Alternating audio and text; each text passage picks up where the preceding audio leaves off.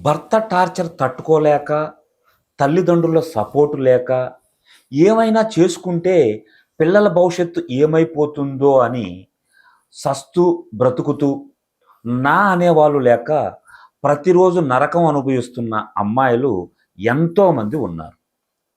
వాళ్ళందరినీ దృష్టిలో పెట్టుకొని నేను చెప్పేది ఒక్కటే ఒక మాట. దయచేసి అమ్మాయిని, భార్యని టార్చర్ పెట్టకండి. ఎందుకంటే వాళ్ళకి బలమైన, బలహీనతైన మీరే. మీరు బాగా చూసుకుంటేనే వాళ్ళు బాగా ఉండగలరు. పిల్లల్ని మంచిగా పెంచి, పెద్ద చేసి, బుద్ధులు నేర్పి, ఇల్లుని చక్కబెట్టగలరు.